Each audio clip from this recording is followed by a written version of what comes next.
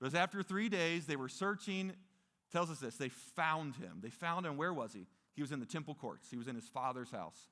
And he was sitting among the teachers, listening to them and asking them questions. And even though Jesus was only a boy at this time, I think he models for us right here a great example of what it looks like to be a bridge builder. There's 3 verbs in this passage. What is he doing? He was sitting, he was listening, and he was asking questions. I wonder what it would look like in our lives if we chose, even in these next couple weeks, to try to make some space in our life for the people that we know that don't know God to just sit and to listen and to ask questions. Let's start with the first one, sitting. Take for you to sit. What's it require for you to sit with a person?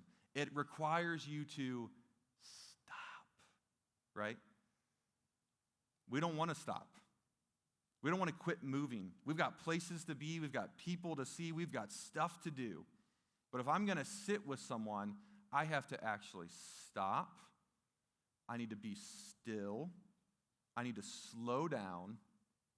But what does that communicate to someone? Hey, I'm willing to make the effort to be present with you today. Wouldn't it be powerful if you found some space? Again, you don't have space, right? We're all busy, but if you found some space to sit with someone that you love this Christmas season. Jesus didn't just sit. We find out that also he was listening. And you would think that Jesus, of all people, could do all the talking, right? He has all the answers, but that's not what he was doing. Instead, we see that he was sitting and listening. Before Jesus sought to be understood, he sought to understand. And it's kind of corny, but you've heard it before. We have 2 ears and 1 mouth for a reason. It's because we should listen twice as much as we talk. But when we actively listen to someone, instead of just preparing what we're about to say next, if we actively listen to what they're saying, if we hear their heart, and then from there we begin formulating a response and say that back to them, that sort of listening, again, it communicates value. You matter to me. I want to hear what's going on in your life. You're important. And finally, we see that Jesus was sitting, listening, but asking questions. This is ironic because Jesus was talking to Jewish religious leaders. And Jesus is the God of the Jewish religious leaders. He is the God that they were serving. He was the God that they wanted to know more about. And so he could have, in that moment, communicated to them every answer to every question that they ever wanted to know. But that's not what he did. Instead, he asked questions. And it's interesting, we find that that's what Jesus did his entire life.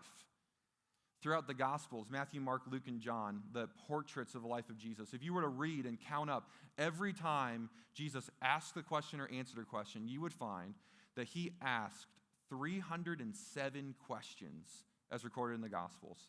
You know how many he answered? He answered 3. Just 3 questions. Why did Jesus do that? Well, there might be multiple reasons, but I think one of the reasons why asking questions is so powerful is because it engages a person. It communicates that I want to know what you have to say, but it also causes them to think. And I think that's what Jesus loved to do. He didn't want to just give the answer. He wanted people to think for themselves. He wanted to prompt something in their mind. And so what if this season we went from thinking that we needed to tell people, hey, you need to go to church, and instead we ask questions.